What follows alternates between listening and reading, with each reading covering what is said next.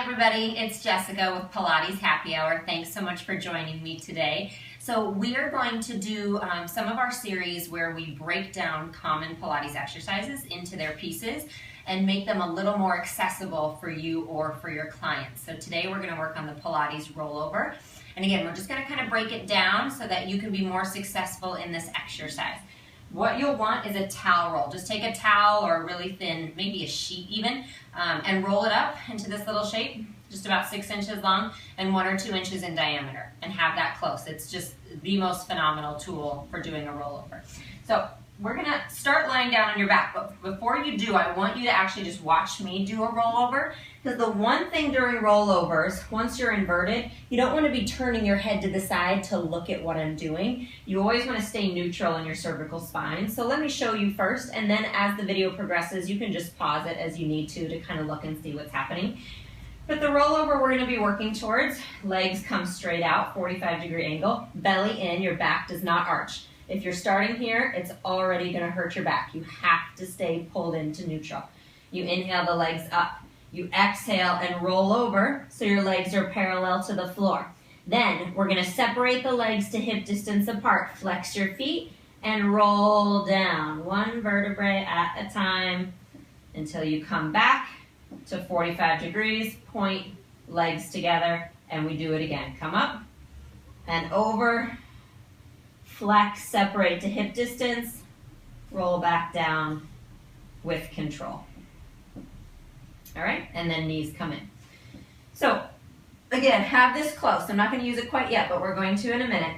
But what we are going to do is bring the belly in and the legs come up to tabletop. Okay, one leg, pull the belly in, other leg. So already your lower abs are firing. That's what this exercise takes. 3 main things in my mind. Lower abdominal control, okay? Some hamstring length. You do need some hamstring length to get over into rollover. And then you need some segmental mobility in your spine. Those 3 things are going to make you successful in rollover. The one thing injury-wise I'd really watch is the neck. Okay, if somebody has disc problems in their neck, I'm not going to do a rollover. If somebody has osteoporosis, I'm most likely not going to do a rollover. So obviously watch those injury precautions for me. So from tabletop, hands come onto your thighs. I want you to press your hands into your thighs and your thighs into your hands. Okay, so I'm pressing both evenly right now. No movement happens, but I feel this in my lower abs. So that's what you should be feeling, lower abs contracting. Now take your hands, place them on top of your knees here, and lift your knees up towards the ceiling. So again, no movement. I'm pressing down with my hands, pressing up with my knees. So this is a really great way for your body to kind of become aware, oh, that's what I'm about to do. Because that's what a rollover is, it's that lifting up. Okay, so now from here, bring your hands down to your sides, and I want you to do that motion. Just a little rock, okay? So just an exhale, rock, and lift. What I don't want you doing is this. Not yet. That's not really a rollover. It feels great. It feels really good on the spine. But what a rollover takes is a roll and a lift from the low abs. So just a little roll, lift. Let's just do a couple more. Exhale. Really watching that your neck is relaxed. Okay, neck should be relaxed. Arms are relaxed, palms down. They can help a little bit. And one more. All right, so now we're going to take it into a really nice modified version of a rollover. Legs shoot out, but then what they do is bend in towards you, and then they shoot back behind you. Okay, you inhale, exhale, roll down, let your knees bend as you do, and then they can just shoot back out, or maybe straight up even. So you bend in, shoot them back. Don't be afraid to use a little bit of momentum.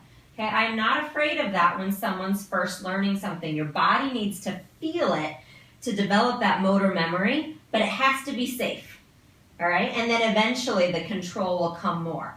But 1 or 2 times, if you need to use a little momentum, again, don't be afraid to do it. You just don't want to roll so far back that you hurt your neck. All right, so now let's take a little bit of a break and talk about this wonderful thing. If you were having a hard time with that, if you were here and you kind of got to there, okay, if you just can't go farther, bring this into play. Lift up into a bridge, and I want it right about in the low back. Okay, it's going to fill that space. Wherever your space is, that's where this towel roll needs to be. So it might be low back, it might be a little more kind of upper low back. You need to decide where it's gonna go. And what happens is, now same thing, reach out, pull the knees in, and it gives you this wonderful leverage to press off of, and it just fills the space. What it means usually is that there's some kind of spot in the low back that doesn't want to be moving segmentally, or that you have this increased lordosis in the low back. And so you need to fill that space for now so that your back has something to press off against to move. Okay, so it's not cheating. That's the biggest thing to know. I use this so much in clients, and over time, sometimes in just a couple weeks, they don't need it anymore. The body just needs to feel the correct patterning, and that's where the towel can come in. All right, so you're going to use that for your clients or for yourself if you, again, just couldn't get up at all. If you just hit this sticky point, you can't go farther. So if you don't need it, great, get rid of it. And now we'll go into full roll-ups or rollovers. So if that was enough for you, stay there. If you're ready, let's go to full. Arms down at your sides. Long space from ear to shoulders. Wide collarbones. Belly in. Tabletop, tabletop. I always like to start here first, then leg, leg. So I'm already secure here. Inhale, legs come up. Exhale, roll up and over, parallel with the floor. Inhale, flex, separate the legs to hip distance. Exhale with control, roll down. Legs come all the way back to 45, point together. Inhale up. Exhale over. Inhale, pause, separate. Flex, exhale, roll down. So we'll do a few. Again, you're just at the place that's best for you. Don't be afraid to use the hands, but you're using the lats, okay? You're not gripping with your fingertips. You're using lats and triceps to help stabilize. Now, if this is fairly doable for you and you want to challenge yourself, do it with the arms up. So now you don't have anything to press against. Make sure also when you're rolling over, you just roll onto the heaviness in the shoulders and the shoulder blades. You are not putting any extra weight into your neck at all. Okay? Very nice. So we're going to do 2 more here. The other thing you can do is palms up. So if you want your client's hands down still, but they're gripping too much, just turn the palms up and that'll help.